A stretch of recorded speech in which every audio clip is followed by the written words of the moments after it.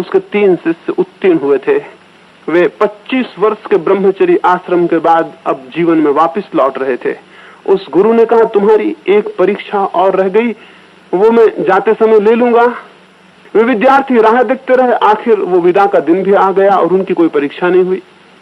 सांझ को गुरु ने उन्हें विदा भी कर दिया। सूरज अस्त होने लगा और गुरु ने कहा, अब तो सूर्यास्त होता है, तुम जाओ।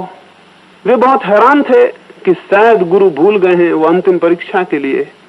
उन्होंने अपनी अपनी चटाइयां बांधी, अपने झोले लिए और वो चल दिए। सांझ, चांद निकल आया। वे कोई 2-4 मील आश्रम से दूर चले आए हैं, जंगल में हैं। अब वे अपने गांव की तरफ हैं और एक झाड़ी के पास बहुत से कांटे पड़े हुए हैं। पहला विद्यार्थी उसे छलांग करके निकल गया, दूसरा विद्यार्थी उसको बगल से काट के निकल गया, तीसरे विद्यार्थी ने वो सारे कांटे उठा के झाड़ी में डाले और जाने लगा।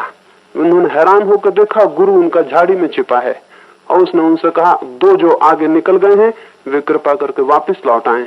एक जिसने कांटे बीन कर अलग कर दिए हैं वो उत्तीर्ण हो गया। ये अंतिम परीक्षा थी। रास्ते पर कांटा पड़ा है और अगर आप उसे बिना हटाए निकल जाते हैं, आप अहिंसक नहीं हैं और आपके मन में मैत्री भाव नहीं है। एक नुकीला पत्थर पड़ा है रास्ते पर और आप उसे बिना फिक्र किए निकल जाते हैं। आप किसी को चोट नहीं पहुंचाना चाहते, लेकिन आपको किसी को चोट से बचाने का मन नहीं है। ऐसा मनुष्य शांत नहीं हो सकता। ऐसे मनुष्य के भीतर भी शांति की भूमिका बनने में कठिनाई है। उस पत्थर को हटाना, वो छोटा सा गेस्चर, वो रास्ते पर गिरे हुए पत्थर को हटा देने का, एक कांटे को उठा देने का, इस जगत के प्रति आपकी मैत्री भावना को प्रतिवेदित करता है।